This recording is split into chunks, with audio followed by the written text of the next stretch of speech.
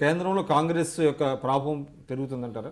Especially ఈ demonetisation వీటి వల్ల కొంత అంటే మోడీ గారి పట్ల ప్రజల్లో వ్యతిరేకత రావడం ఇదంతా కూడా సానుకూలమైనటువంటి అంశాలు అంటారా? అంతే కదండి. ఇప్పుడు ఎన్నికల మేనిఫెస్టోలో ప్రతి నల్లధనాన్ని విదేశాల నుంచి తీసుకొచ్చి ప్రతి ఒక్కరి అకౌంట్లో 15 లక్షల రూపాయల వరకు వేస్తానని చెప్పని అన్నాడు. ఎవరు అడ్డం పడ్డారండి? 2.5 సంవత్సరాలు అయింది. Congress party floor of the హౌస్లో కూడా చెప్తుంది, మీరు కార్యక్రమాలు చేయండి, మేము పూర్తిగా సహకరిస్తాము అని చెప్పని.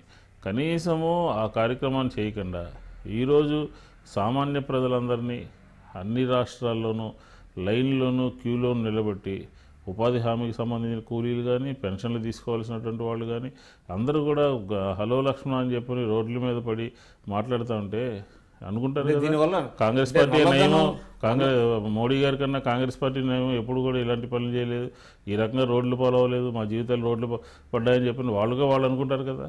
అంటే నల్లధనం అరికట్టడానికి కాంగ్రెస్ పార్టీ ఏ ఒక్క చర్య తీసుకోలేదు, కానీ మేము తీసుకుంటే మాత్రం విమర్శలు చేస్తున్నారు అనేటువంటిది లలిత్ మోడీ ఎవరి హయాంలో విదేశాలకు వెళ్ళిపోయాడని మన కింగ్ ఫిషర్ సంబంధించినటువంటి విజయ్ మాల్యా గారు ఎవరి టైంలో వెళ్ళిపోయారండి?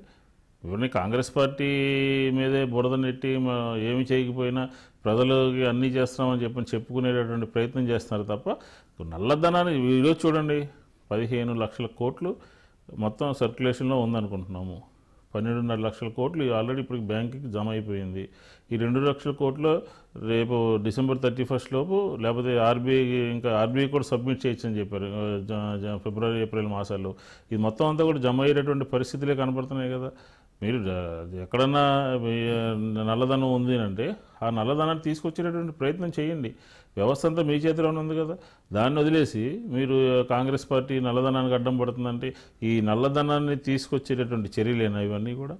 ఈరోజు డిమానిటేషన్ అన్నాం చూడండి, ఈరోజు 36 రోజు 37 రోజు ఈ రోజుకు కూడా బ్యాంకుల దగ్గర తెల్లారుజాము నుంచి పడిగాపులు పడతా ఉన్నారే. 2000 తీసుకోవడానికి లేకపోతే చిల్లర లేదు, ముందు చూపు లేకుండా చేశారు మీరు. దొంగ 500 రూపాయల నోటు ముద్రించి మళ్ళీ తిరిగి అది తప్పు ముద్ర అయిందని చెప్పి వెనక్కి వెళ్ళారు. అసలు వ్యవస్థ ప్రభుత్వ యంత్రాంగం ఏం చేస్తూ ఉంది? సమన్వయ లోపం ఉంది. ఈ ప్రభుత్వం సరిగా పనిచేయట్లేదు అని చెప్పి స్పష్టంగా అర్థమవుతుంది మనకి. పార్లమెంటుని కాన్ఫరెన్స్లో తీసుకోలేదు, పార్లమెంట్లోకి రాలేదు. ఇంతవరకు 2 రోజుల్లో పార్లమెంట్ సమావేశాలు ముగిపోతూ ఉన్నాయి. మేము చర్చకి రెడీ అని చెప్పని ప్రతిపక్షాలు చెప్పినప్పటికీ కూడా హౌస్ని నడిపించేటటువంటి బాధ్యత ప్రభుత్వంది. ఆ ప్రభుత్వం దాని నుంచి తప్పుకునేటటువంటి ప్రయత్నం చేస్తుంది తప్ప ఎక్కడ కూడా ఇదవలేదే. కాబట్టి పరిస్థితులన్నీ కూడా ప్రజలు అర్థం చేసుకుంటా ఉన్నారు. ఒక సుపరిపాలన అందించాలి అంతే తప్ప మన అధికారం ఇచ్చేశారు కదా అని ఎక్కువ రోజులు విదేశాల్లో తిరిగి తక్కువ రోజులు భారతదేశంలో ఉండి ఏకపక్ష నిర్ణయాలు తీసుకుని కోర్టులు కూడా సుప్రీంకోర్టు ఏం చెప్పిందండి? మీరు ఏ చట్ట ప్రకారం 8వ తారీఖు అర్ధరాత్రి మీరు రద్దు చేశారు అని చెప్పింది. మీరు 24,000 రూపాయలు ఇవ్వాలి అని నిర్ణయం చేశారు. అది ఏ చట్ట ప్రకారం చేశారు, ఎవరి అభిప్రాయాల ప్రకారం చేశారని చెప్పింది. క్యాబినెట్లో చర్చించట్లేదు, పార్లమెంట్లో చర్చించట్లేదు.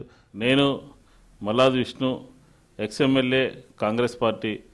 మీరు చూస్తున్నది ఐ డ్రీమ్ న్యూస్.